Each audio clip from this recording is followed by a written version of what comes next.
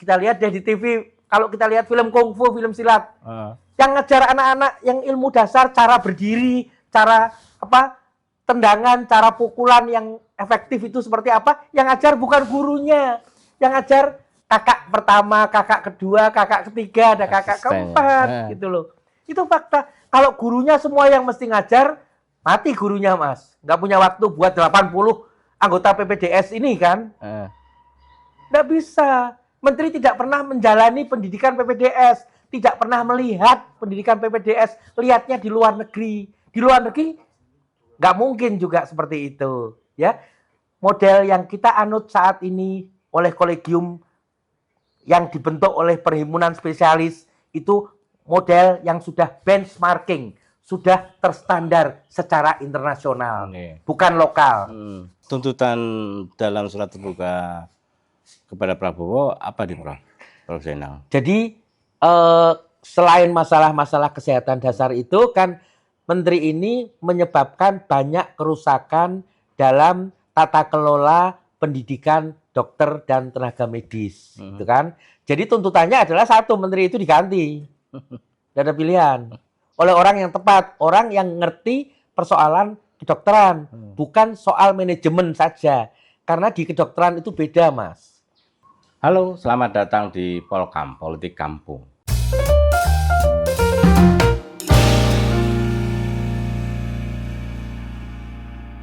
Saat ini kami bertemu dengan seorang guru besar bedah saraf, aktivis kesehatan. Beliau adalah Profesor Dr. Zainal Mutakin. Selamat pagi, Mas. Selamat pagi, Dokter. Ya. Dokter, ini katanya sudah dipecat di Karyadi. Tapi kok kesibukannya malah luar biasa. Itu gimana gitu kesibukannya ini? Ketemu aja susahnya bukan main. Udah di PHK, bukannya nganggur, tapi malah bertambah pekerjaannya.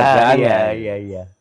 Kira-kira dengan isu pemecatan ini, itu kan saat ini yang terjadi kan bahwa ini upaya menekan kebebasan ekspresi dokter. Itu tuh gimana, Prof? Jadi sejak awal itu kan bermula dari munculnya Undang-Undang Kesehatan yang baru. Waktu masih berupa RUU, itu kan dari Kementerian Kesehatan itu melakukan upaya, istilah mereka itu adalah mencari masukan dari masyarakat. Tetapi saya menilai yang terjadi itu sosialisasi. Itu sosialisasi apa yang dimaui oleh Kementerian Kesehatan dalam hal RUU ini.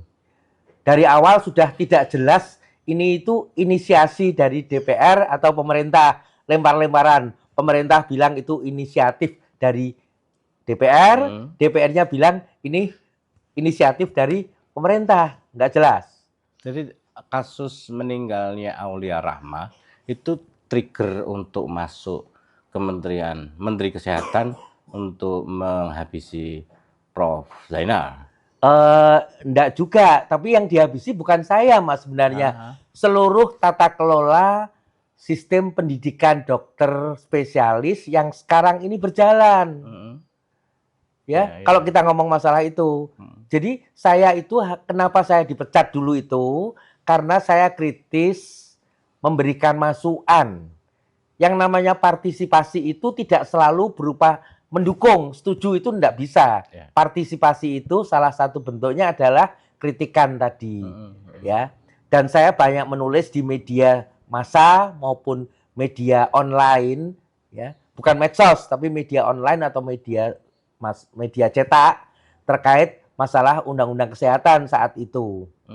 Di mana menteri melihat ini yang saya tulis itu isinya kok banyak bertolak belakang dengan apa yang disampaikan menteri. Menteri perintah ke direktur rumah sakit, karena saya itu, walaupun saya itu guru besar di Universitas Diponegoro, saya kan bekerja merawat pasien di Rumah Sakit Karyadi dan mendidik dokter di Karyadi. Waktu itu penjatannya lewat proses sidang atau enggak? Jadi enggak. Sidang kode etik itu jadi tidak ada sidang etik, tidak ada kesalahan apapun. Jadi sidang etiknya dilakukan singkat, membuktikan hasil sidang etiknya tidak ada satupun kesalahan yang saya perbuat. Itu hasil sidang etiknya. Tapi permintaan menteri kepada direktur rumah sakit bahwa saya harus diberhentikan. Jadi saat itu jelas banget ya bahwa pemberhentian itu tidak sesuai prosedur. Wah, sekarang sudah lewat ya, bahwa dengan diberhentikan itu harapannya saya jadi tidak mengkritik lagi gitu kan. Karena salah satu pesan yang disampaikan dari direktur kepada saya saat itu adalah, mau nggak Prof. Zainal itu ke depan kalau menulis apapun itu dilewatkan kita dulu. Screening. Sensor. Saya tanya, ini negara kita itu negara Kuba atau negara Korea Utara? Kan bukan Korea Utara, bukan negara komunis kita ini. Jadi kebebasan itu kan ada pada setiap orang. Apa sih Prof yang diperjuangkan Prof Zainal sehingga sampai harus istilahnya didolimi seperti itu? Apa yang diperjuangkan? Sebenarnya adalah bahwa undang-undang apapun itu harus disusun dengan partisipasi publik, terutama kelompok yang terdampak. Undang-undang kesehatan itu melibatkan tidak melibatkan dokter, tapi dalam hal yang terjadi peran dokter itu dieliminasi. Jelas sekali bahwa menteri menyelenggarakan saat itu namanya focus group discussion di mana-mana, ya ada ratusan kegiatan itu termasuk di Karyadi. Sebelum mulai kegiatan itu ada surat edaran dari Dirjen Pelayanan Kesehatan yang membawahi rumah sakit Karyadi dan rumah sakit pemerintah Kemenkes yang lain. Isi dari edaran itu adalah bahwa diharapkan seluruh jajaran Kementerian Kesehatan memberikan masukan positif melalui jalur resmi Kementerian Kesehatan. Barang siapa yang tidak patuh kepada edaran itu akan dilakukan proses pembinaan. Karena saya menulis saran saya itu tidak ke jalur Kemenkes, tapi jalur publik. Itu undang-undang dilindungi oleh undang-undang dasar bahkan. Tetapi karena itu menteri tidak bisa memecat saya karena saya bukan pegawai Kementerian Kesehatan. Maka yang dilakukan sebatas pemberhentian. Padahal sebagai seorang pendidik, saya itu mendidik dokter dan dokter spesialis itu bukan hanya kuliah di ruang kelas. Nggak bisa kan kuliah di ruang kelas menyelesaikan pendidikan ini. Tapi di kamar bedah, di bangsal pasien, perawatan, bagaimana merawat pasien, mengelola pasien, termasuk melakukan operasi otak. Itu kan di kamar bedah semuanya. Jadi artinya menghentikan proses pendidikan yang sedang saya kerjakan. Korbannya siapa? Korbannya bukan saya, anak didik. Dan proses pendidikan itu. Di satu sisi kemarin waktu RUU Kesehatan lagi digodok, Prof Zainal sangat intens untuk memberikan kritikan ya. Kira-kira masalahnya apa sih Prof? RUU Kesehatan itu dikontekstualkan dalam apa yang di dunia kedokteran ada gitu. Contoh sederhana Mas, di dalam RUU itu kewajiban negara menyediakan anggaran wajib. Ada namanya mandatory spending. Jadi untuk pendidikan kan ada ketentuan bahwa anggaran negara 20% itu harus untuk pendidikan di luar gaji. Walaupun dalam prakteknya gaji masih dimasukkan ke situ. Tapi itu untuk kesehatan itu dari APBN 5%, dari APBD 10% di luar gaji. Itu anggaran wajib. Negara harus menyediakan anggaran. Itu hilang, Mas. Jadi mana mungkin yang namanya anggaran wajib itu dihilangkan. Menteri berkilah bahwa kita tidak tergantung pada anggaran negara. Ternyata semua dilakukan dengan dana pinjaman. Loan. Undang-undang udah sahkan, Undang-Undang 17 tahun 2023 ya. Terus kemudian Profesor melayangkan surat terbuka kepada Prabowo terkait kompetensi menteri ini yang tidak harapannya kan agar diganti Presiden Prabowo di rezimnya bisa mengganti menteri ini. Kenapa itu tidak ada efeknya, bro? Bukan nggak ada efek, kan yang namanya negara itu bukan sesederhana yang kita pikirkan, kompleks. Kita tahu bahwa kabinet Prabowo kan separuh lebih diisi oleh bukan orang-orang dari pilihan Prabowo, bahwa banyak orang-orang yang masih bagian dari pemerintahan sebelumnya, kan? Termasuk di situ adalah Menteri Kesehatan. Jadi tentu Menteri Kesehatan itu tidak hadir di situ karena kelebihan dirinya, karena pribadinya itu orang yang betul-betul kompeten. Tidak. Menteri Kesehatan itu didudukkan dalam kabinet ini karena ada permintaan dari rezim sebelumnya, Mas. Untuk dia tetap di situ. Apa, Prof, isi surat terbuka kepada Prabowo waktu itu, Prof? Terkait banyak persoalan di dunia medis yang tidak terselesaikan oleh menteri yang sekarang ini. Jadi yang jelas pada saat 2023 itu ada laporan dari Menteri PPN, Perencanaan Pembangunan Nasional, yang namanya Ketua Bappenas, Suharto Mono Arfa, itu di depan DPR melaporkan bahwa 9 dari 10 target capaian untuk peningkatan kualitas layanan kesehatan dasar kita itu gagal tercapai. Termasuk jumlah angka yang mengerikan adalah terkait masalah layanan kesehatan dasar itu antara lain stunting, Mas. Balita stunting kita itu angkanya ditarget 2024 bisa turun menjadi 14%. Itu jelas, itu ada dasar masalah itu dibahas di rapat DPR. Tetapi ternyata hanya bisa turun sampai 20 dari 22 sekian persen, turunnya cuma 0,1% dari 2023 ke 2024. Berarti 20 masih 21,6 jadi 21,5. 0,1% dengan anggaran yang begitu besar. Jadi untuk menurunkan itu, Menteri sudah menyediakan, mengedrop, istilahnya membeli 10.000 unit alat USG. Disebar ke semua puskesmas. Dengan anggaran yang besar, tetapi masalahnya semua langkah menteri itu tidak bekerja sama, tidak berkolaborasi istilahnya dengan ahli terkait. Mestinya kalau mau mengedrop alat atau beli alat, itu komunikasi dulu dengan dokter-dokter spesialis yang pakai alat itu kan. Dokter spesialis kandungan, kebidanan kandungan. Ya, maksudnya supaya bisa mendeteksi janin. Ini ada potensi untuk stunting enggak? Bayinya ini nambah berat badannya bener enggak? Dari USG bisa tahu, Mas. Berat badan bayi diperkirakan berapa. Nah, itu tidak pernah diajak kolaborasi.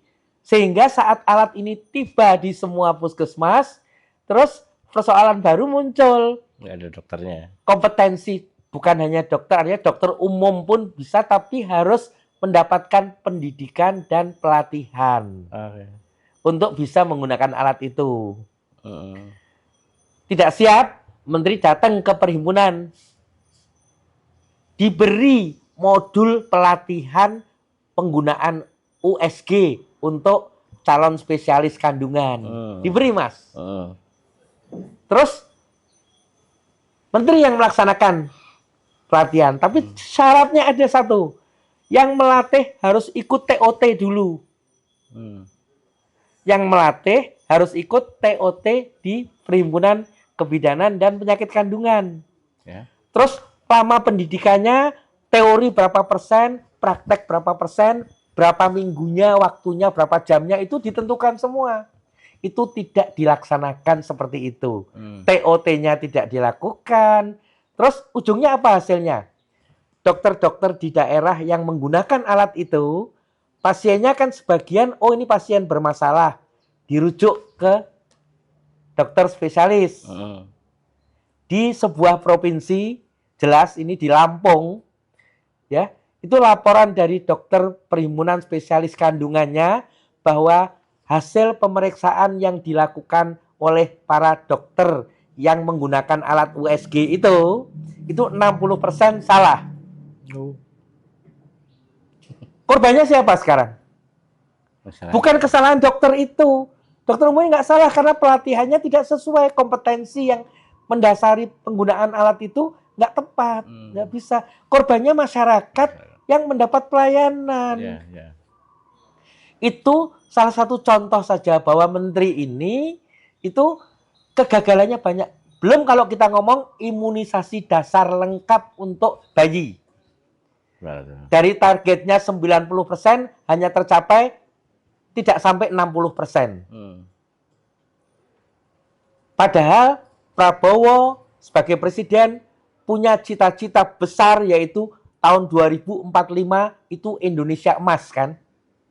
Indonesia emas itu cita-cita kita bersama.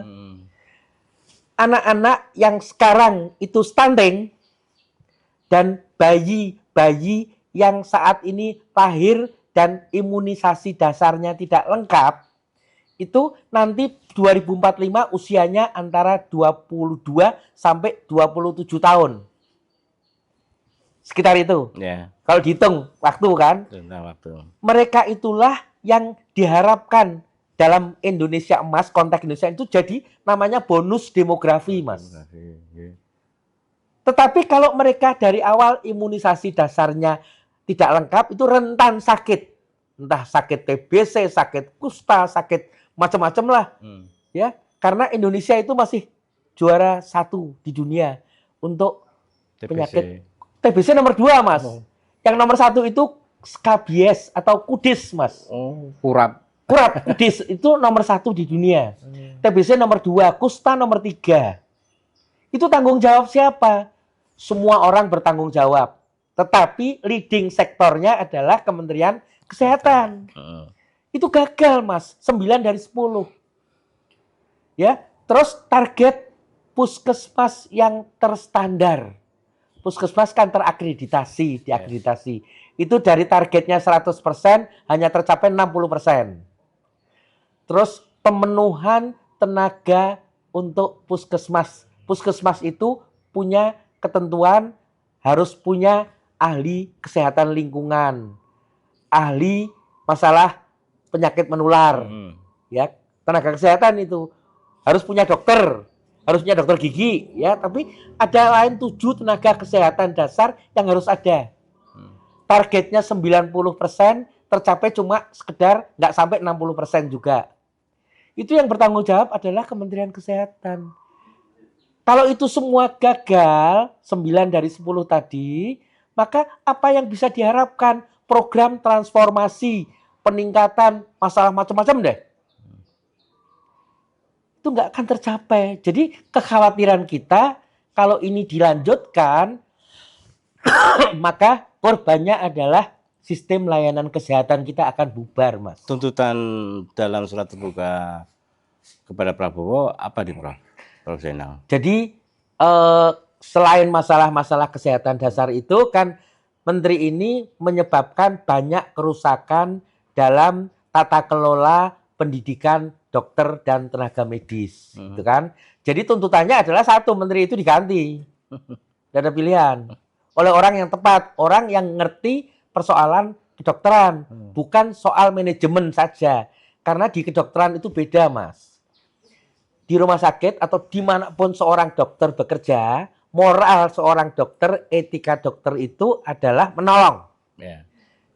Dokter itu menolong tanpa mempersoalkan siapa yang ditolong. Sumpah dokter itu tidak boleh membedakan yang ditolong itu kaya atau miskin.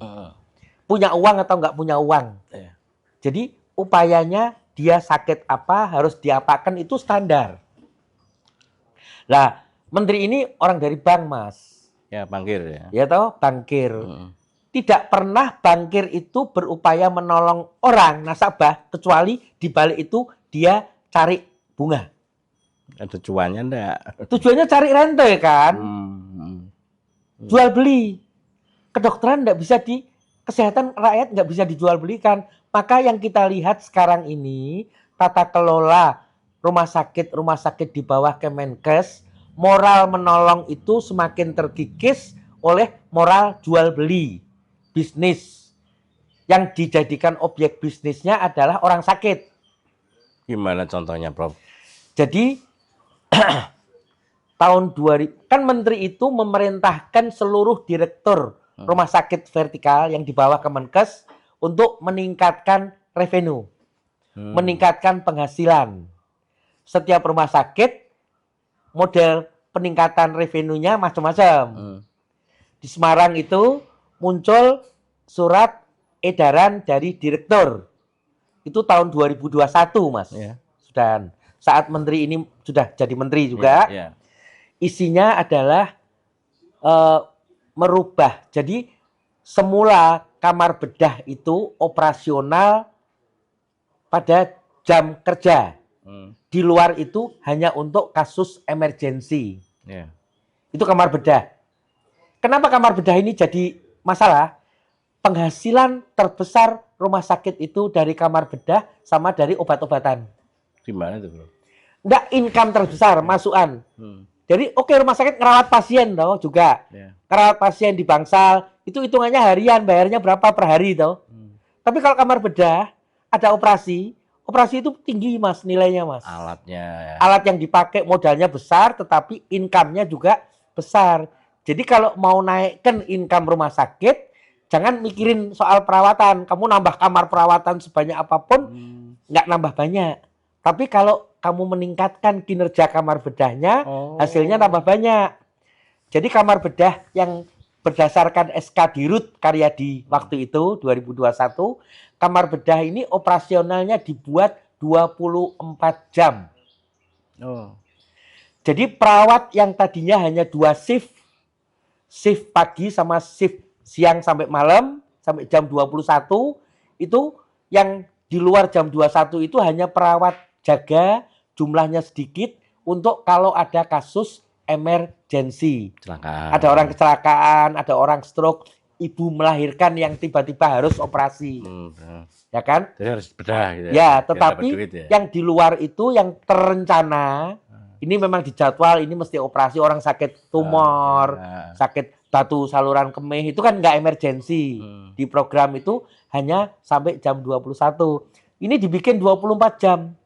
Artinya kalau 24 jam itu tidak ada jam kerja atau di luar jam kerja. 24 jam itu jam kerja. Jadi saya sebagai dokter, ini pagi sudah penuh, teman saya banyak operasi di situ.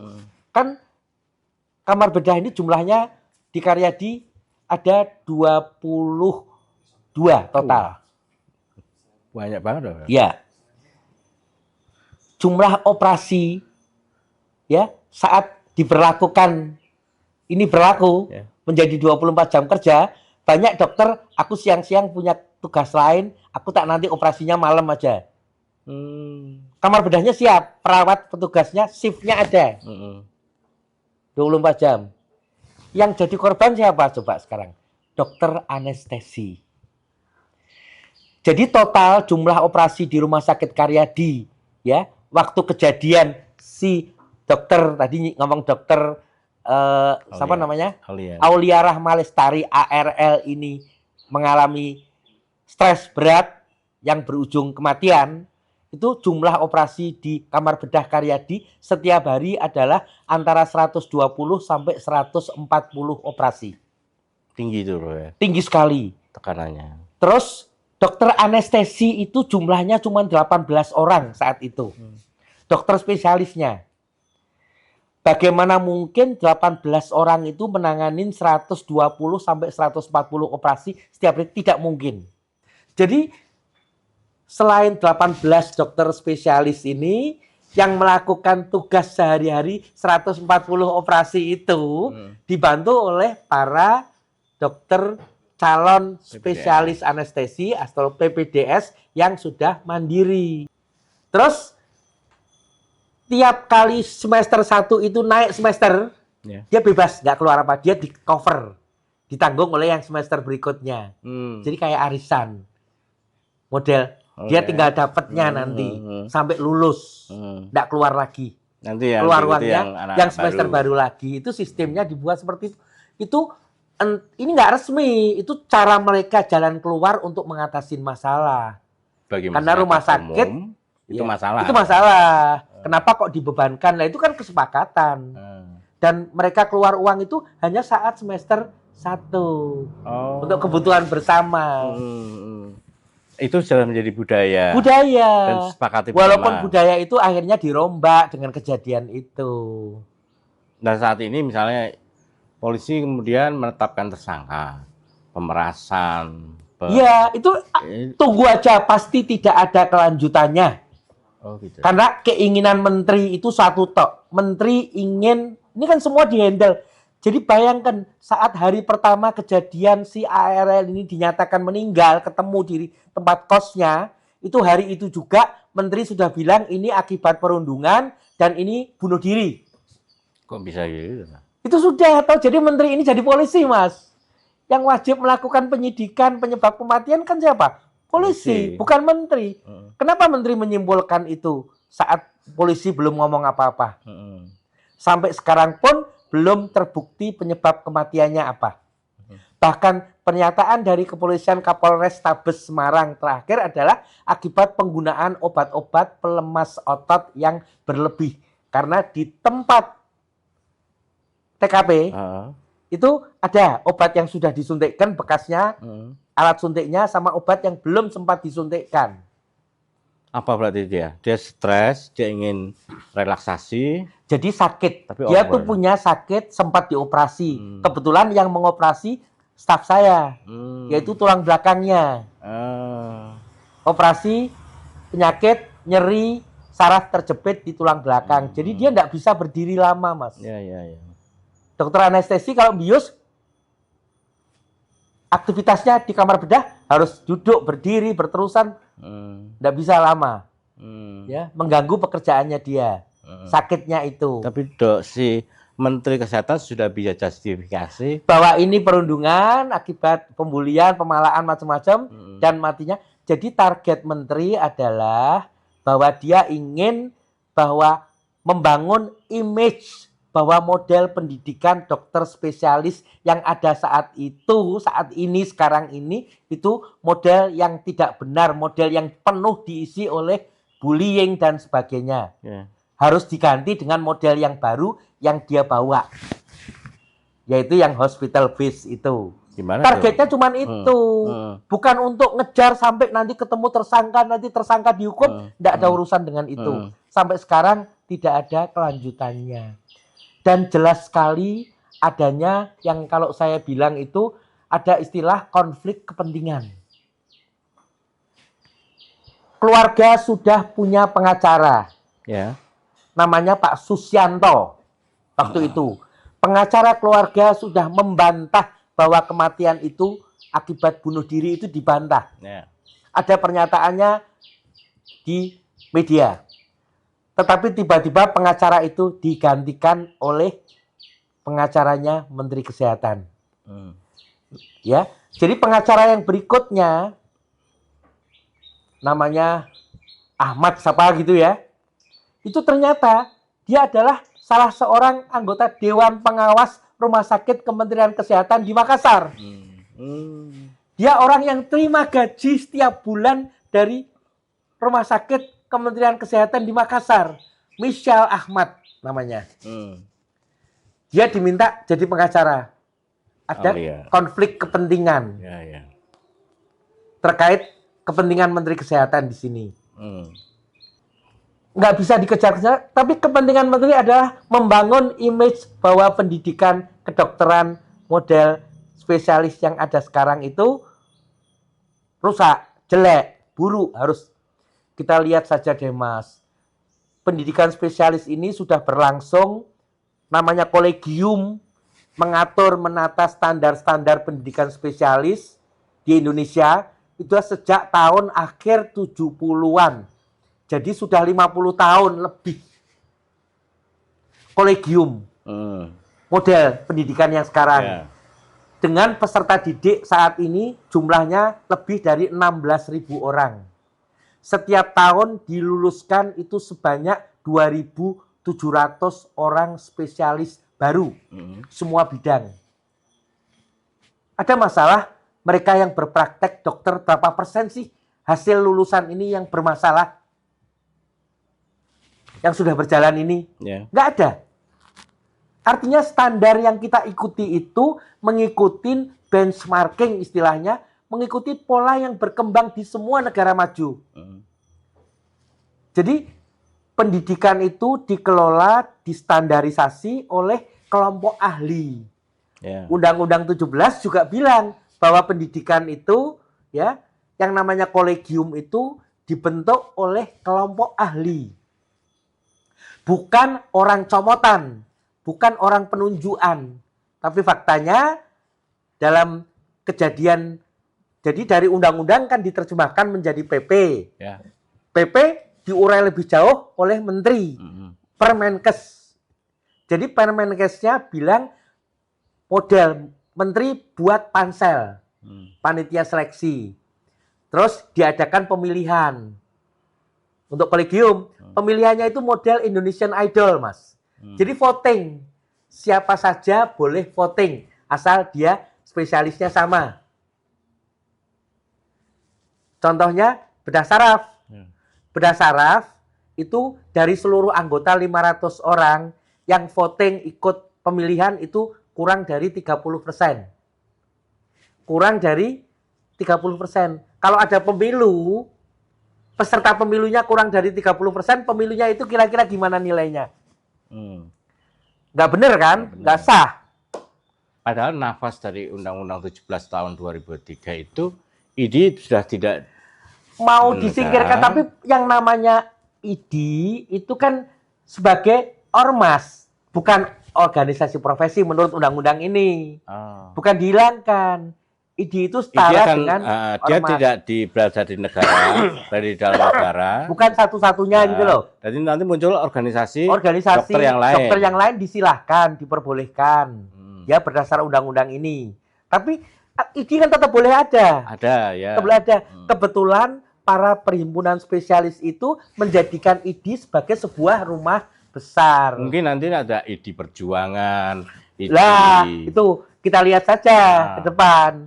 Ya, yang namanya perhimpunan dokter yang dibentuk baru-baru ini.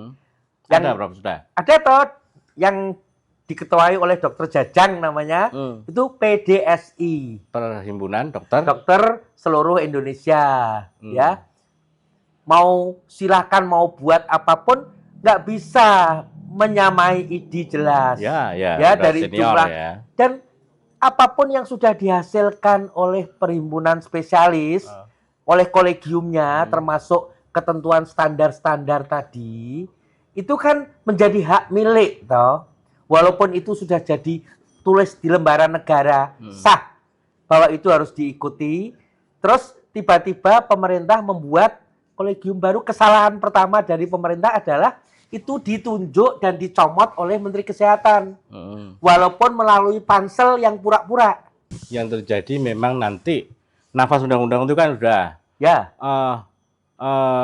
Nakes boleh membuat organisasi sendiri, bebas. Artinya tidak izin. Artinya akan banyak mutu. Kira-kira apa yang terjadi kalau menurut Prof? Standarisasinya akan rusak. Karena dengan salah satu tugas utama itu menyusun standar. Kalau organisasinya beda, nanti masing-masing, sekarang ada kolegiumnya Menteri Kesehatan. Contohnya apa standarnya? Standar medis. Standar medis bahwa yang boleh dipraktekkan untuk melayani masyarakat itu adalah ilmu atau pengobatan yang sudah terbukti secara medis bermanfaat.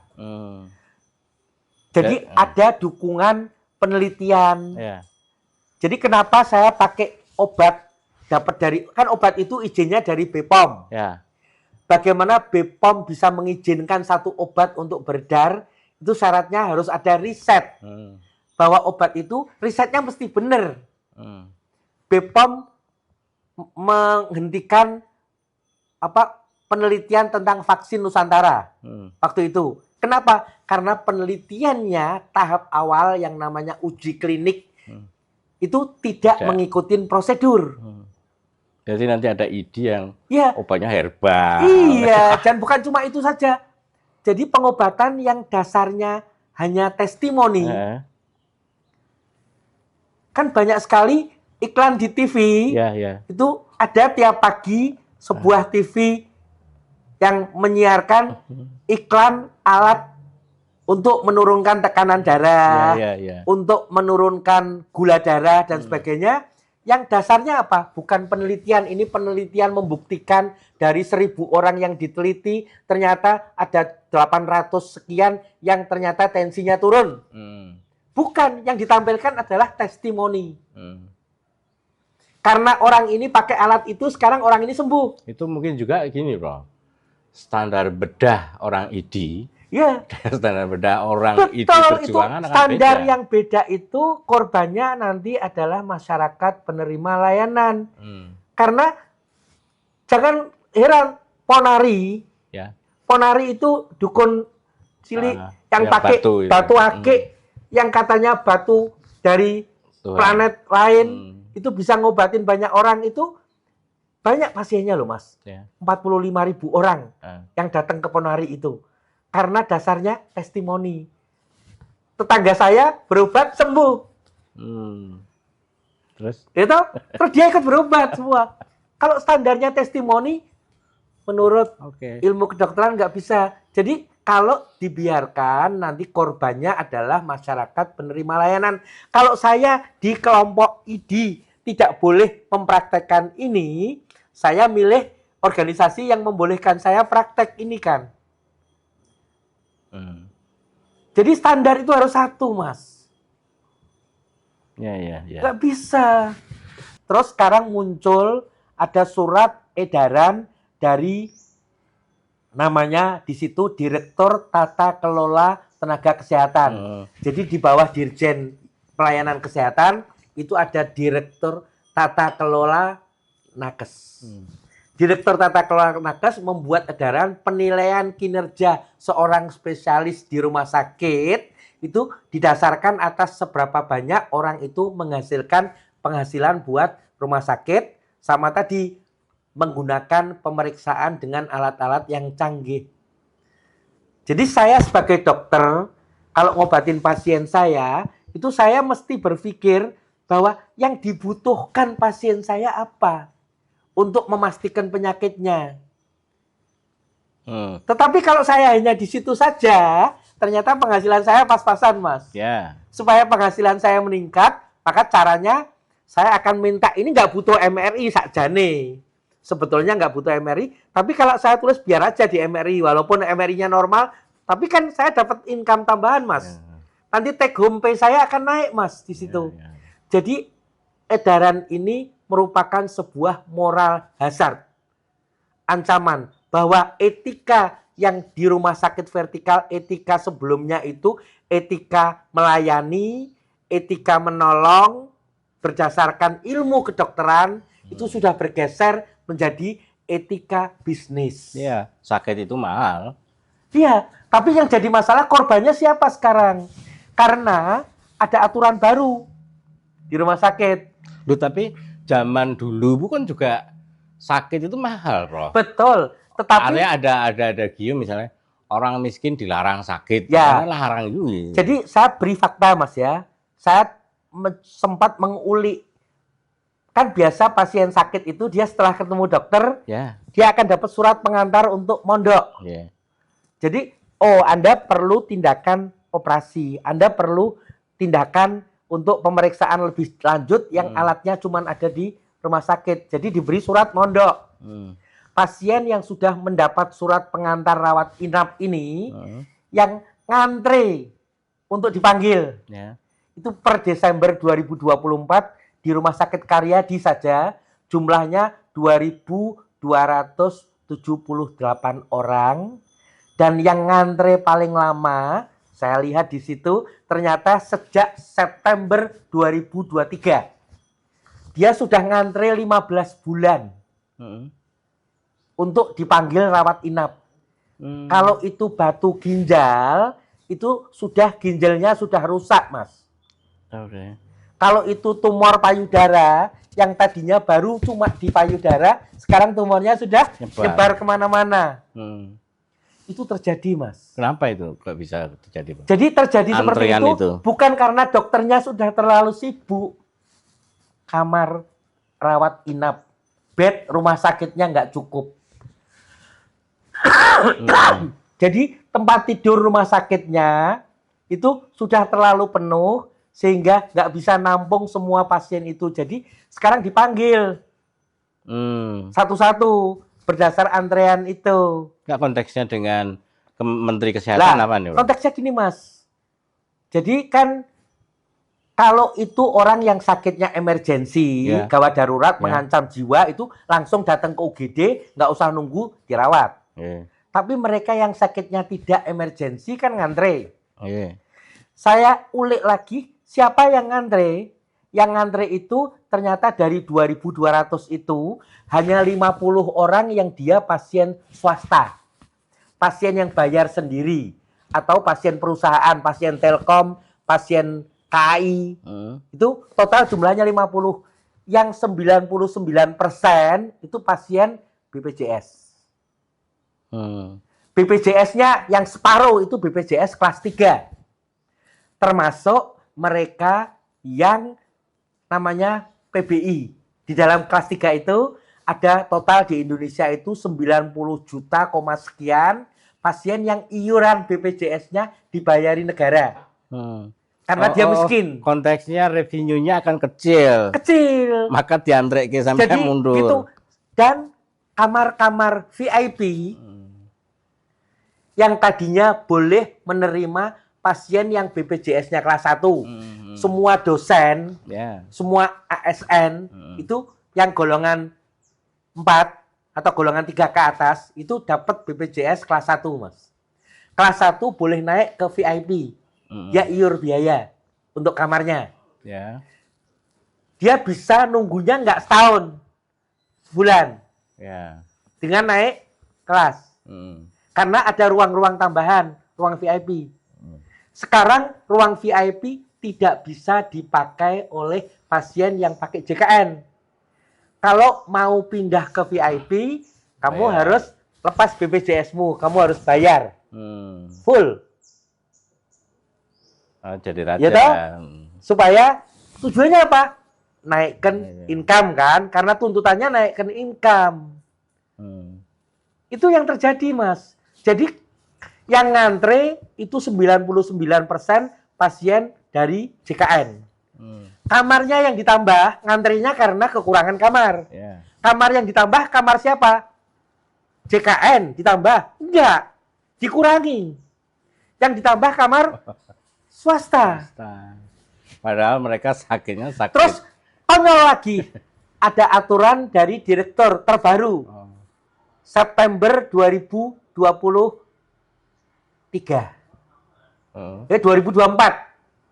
September aturan baru di mana jam kerja untuk pelayanan pasien non JKN itu 7 kali 24 jam. Kamu mau ngoperasi pasien swasta, pasien yang bayar, dokternya ini dibolehkan mau hari apapun, hari Sabtu, hari Minggu boleh. Jam berapapun. Tapi untuk JKN, pasien BPJS hanya hari kerja, jam kerja. Jadi seminggu hanya 5 hari, Senin sampai Jumat, jamnya sampai jam 4 sore. Yang dibatasin pelayanannya pasien mana? BPJS yang nggak bayar. Yang bayar bisa. Padahal yang ngantre lebih banyak jumlahnya adalah pasien JKN. Apa selesai masalahnya? Jadi kasihan, Mas. Orang miskin nggak boleh sakit. Betul tadi, Mas. Orang miskin jangan sakit.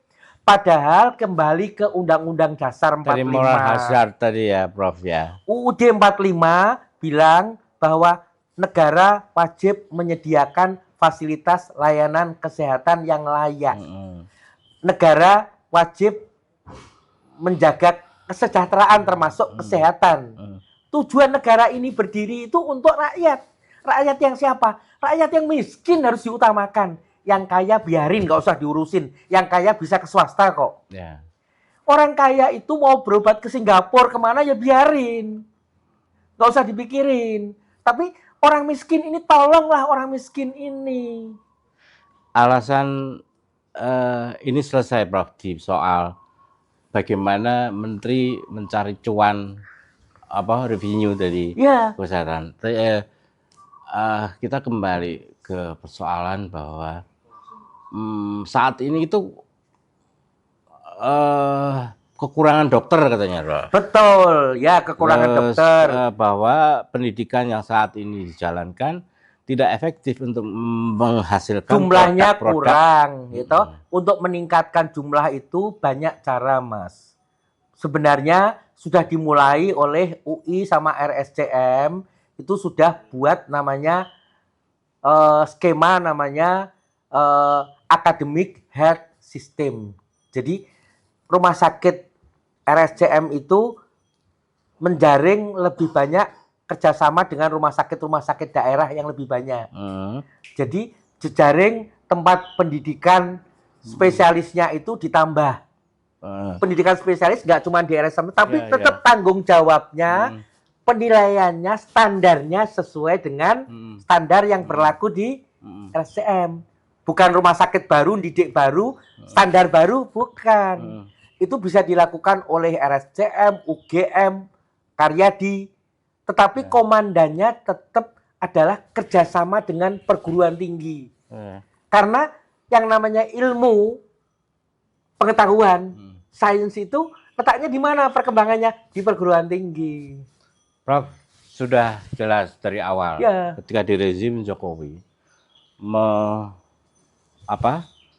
menjadikan Bangkir itu adalah Menteri Kesehatan, itu akan pasti akan ada masalah terkait misalnya historical yang panjang dalam konteks kerajaan dokter ini udah gede banget, nggak mungkin itu. Dan kita apalagi lihat kehormatan para dokter spesialis. Nah, saat ini justru di rezim Prabowo juga enggak, itu belum sadar. Enggak. Jadi kalau kita ingin perombakan besar-besaran, ya transformasinya bukan seperti yang dilakukan oleh menteri yang saat ini. Menteri saat ini bukan membangun sistem, tapi merusak tata kelola yang sudah berjalan belum sempurna, tapi kan bisa diperbaiki. Ketidaksempurnaan itu bukan dirusak, di tata kelolanya diganti oleh model baru yang belum pernah ada pengalaman di Indonesia sama sekali. Oke, menteri dasarnya di luar negeri sudah dipraktekkan. Di Inggris, di Amerika, tapi itu belum pernah dipraktekkan di Indonesia. Jadi terakhir adalah saya setuju sekali, ya, menteri dengan membuka rumah sakit, ada 6 rumah sakit punya menteri kesehatan yang sudah memulai buka pendidikan spesialis, Mas. Terus katanya mau diakreditasi oleh lembaga akreditasi namanya di Amerika sana, ya, ACJMI atau apa namanya. Menteri Pendidikan bilang selama itu namanya pendidikan, maka kewenangan akreditasi itu di bawah pengaturan Kementerian Pendidikan Tinggi dan Sains. Sehingga menteri buat ketentuan itu lembaga yang mau ditunjuk untuk mengakreditasi harus terakreditasi dulu sebagai lembaga akreditasi internasional. Padahal belum. Jadi betul Menteri Pendidikan melangkah untuk meluruskan hal-hal yang sudah terlanjur berjalan tetapi ternyata tidak sesuai dengan ketentuan perundang-undangan. Menteri ini nabrak aturan-aturan. Karena ada Undang-Undang Pendidikan Tinggi masih berlaku, Undang-Undang Nomor 12 tahun 2009, Undang-Undang Pendidikan Tinggi itu mengatur termasuk yang namanya pendidikan spesialis itu harus berkoordinasi dengan perguruan tinggi. Nggak bisa Menteri Kesehatan buat sendiri. terus harus dilaksanakan dalam sebuah program studi. Menurut Profesor, saat ini Undang-Undang Nomor 17 Tahun 2023 itu sudah merepresentasikan sama sekali dokter. Undang-undangnya banyak yang bisa dikerjakan, tetapi PP dan peraturan Menteri Kesehatannya banyak yang bertentangan dengan isi undang-undang itu sendiri. Contohnya soal kolegium. Kolegium itu Permenkes yang memilih, mengatur, mencomot ketua kolegium itu bertentangan dengan undang-undang. Karena undang-undangnya bilang dibentuk oleh kelompok ahli kolegium itu. Dalam pernyataannya, Menteri Budi Gunadi Sadikin itu bilang bahwa ini adalah simplifikasi dari segala kerumitan aturan yang dibuat pada rezim kedokteran pada waktu itu, yang ini harus direformasi gitu. Menurut Profesor gimana? Nah, jadi simplifikasi itu tidak boleh mengorbankan standar yang sudah berlaku. Ya. Simplifikasi tidak bisa hanya berdasarkan keinginan menteri, tapi harus dibicarakan dengan semua kelompok terkait. Menteri bilang itu keinginan publik, bukan keinginan menteri. Bukan. Atas nama rakyat ya, katanya. Jadi kita bisa tertawa untuk itu, Mas. Ya, sebagai contoh, menteri bilang dokter spesialis, sekolah spesialis itu harus diberikan pendidikannya oleh gurunya langsung kepada muridnya. Ya, penanggung jawabnya adalah gurunya, guru besar. Tetapi praktek pemberian pendidikan keilmuan itu bisa namanya pendidikan berjenjang. Bukan hanya di kedokteran kok. Bahwa tadi saya cerita awal tadi, bahwa bedah epilepsi yang 6 jam itu, 2 jam di tengah itu bagian yang betul-betul saya yang harus mengajarkan dan melakukan. Tapi 2 jam pertama dan 2 jam terakhir itu bisa dilakukan oleh staf saya. Jadi spesialisnya cuma di chipnya aja. Bagian terakhir yang lainnya orang-orang dokter terbiasa. Makanya kita lihat dalam semua, kita lihat di TV, kalau kita lihat film kungfu, film silat, yang ngajar anak-anak yang ilmu dasar, cara berdiri, cara tendangan, cara pukulan yang efektif itu seperti apa, yang ngajar bukan gurunya, yang ngajar kakak pertama, kakak kedua, kakak ketiga, ada kakak keempat, gitu loh. Itu fakta. Kalau gurunya semua yang mesti ngajar, mati gurunya, Mas. Nggak punya waktu buat 80 anggota PPDS ini kan. Nggak bisa. Menteri tidak pernah menjalani pendidikan PPDS. Tidak pernah melihat pendidikan PPDS. Lihatnya di luar negeri. Di luar negeri, nggak mungkin juga seperti itu. Ya, model yang kita anut saat ini oleh kolegium yang dibentuk oleh perhimpunan spesialis itu model yang sudah benchmarking, sudah terstandar secara internasional, bukan lokal. Karena menteri nggak tahu, menteri bilang dokter umum mau disuruh praktek, bukan dokter umum, PPDS mau disuruh praktek dokter umum untuk bisa dapat tambahan biaya, gara-gara dia tidak bisa ngasih insentif. Menteri bilang karena kekurangan dokter gigi, maka tukang gigi mau dilatih, ditambah keterampilan. Jadi semua omongan menteri itu adalah omong-omong. Itu omong kosong yang tidak mampu laksana dan bertentangan dengan model yang sudah berjalan di dunia internasional. Karena apa? Karena dia nggak tahu. Ya, jadi nggak bisa dibiarkan orang seperti ini. Bukan memperbaiki, merusak dia. Prof, undang-undang ini kan udah disahkan. Upaya dari kawan-kawan dokter ya, saya tidak bilang IDI mungkin ya, karena IDI adalah salah satu korban ya. Tapi mungkin kolektif dokter kan. Jadi saat ini sedang berlangsung ada 2 namanya persoalan yang sedang berlangsung sidangnya ya di Mahkamah Konstitusi. 2 kelompok yang mengajukan ke sana dan masih berlangsung. Insya Allah tanggal 15 Mei saya uji material ya terkait masalah ketentuan tentang masalah etika profesi dan masalah kolegium. Ya, etika profesi itu nggak bisa dihandle oleh menteri. Kalau dokter bedah saraf mengoperasi kasus yang mestinya kasus ini nggak perlu operasi, yang tahu siapa? Menteri tahu, direktur rumah sakit tahu, ini kasus yang diobatin aja sembuh, nggak perlu operasi, tapi sama dokternya dioperasi, karena dokternya ngejar uang. Yang bisa tahu temennya, peernya, bukan menteri, bukan kepala dinas kesehatan. Kalau ada dokter jantung, semua orang dipasang ring jantung. Ada yang perlu, ada yang tidak perlu. Yang dengan obat saja, yang bisa tahu, saya nggak tahu, Mas. Yang bisa tahu, peernya, dokter jantung yang lain.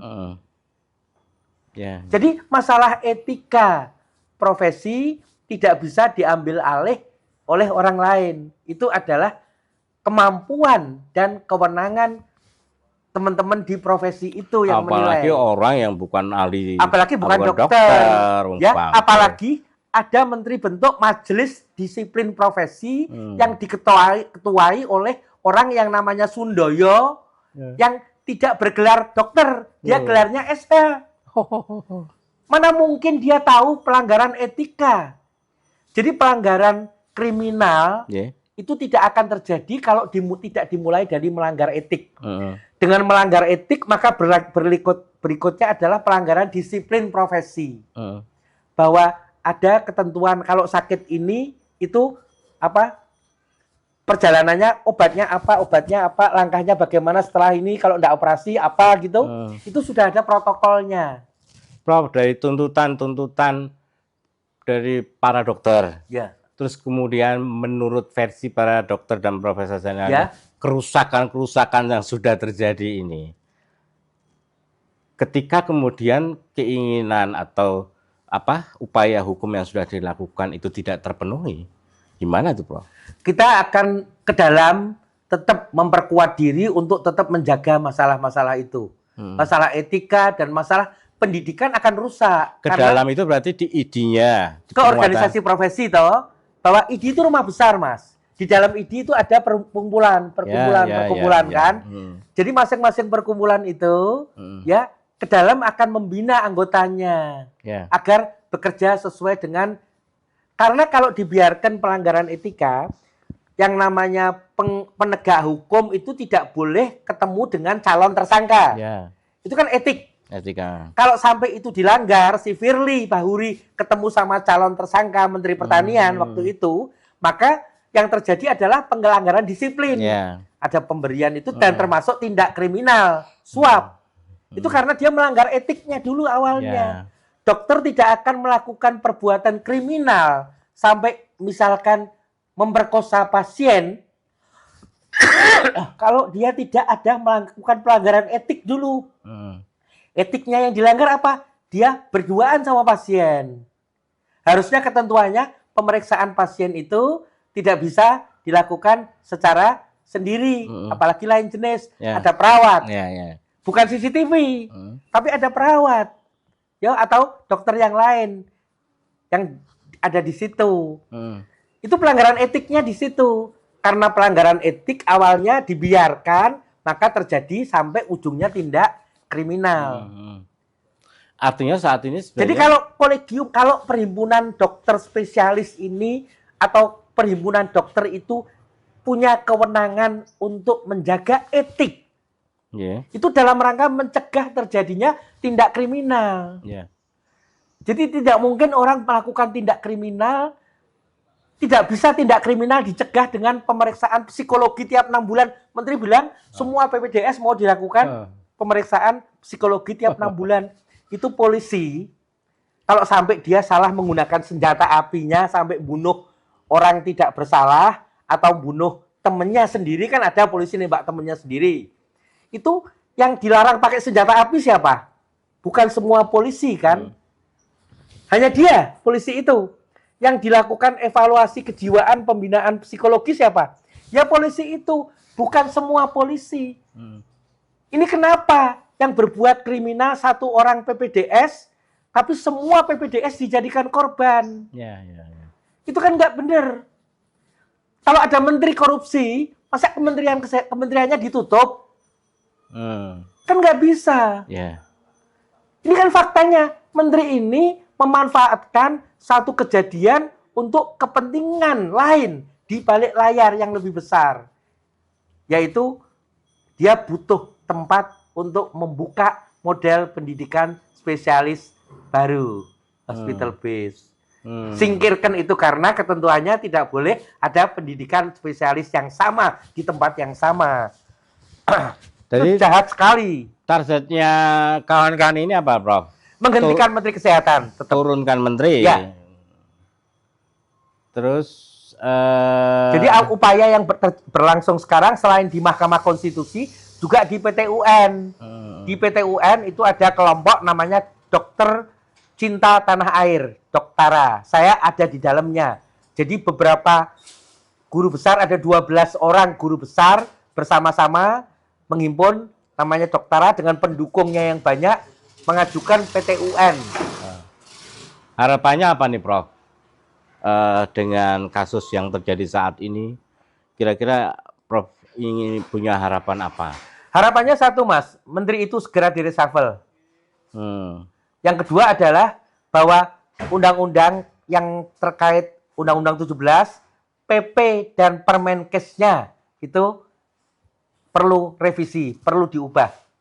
Banyak yang bertentangan dengan etika moral dan etika profesi.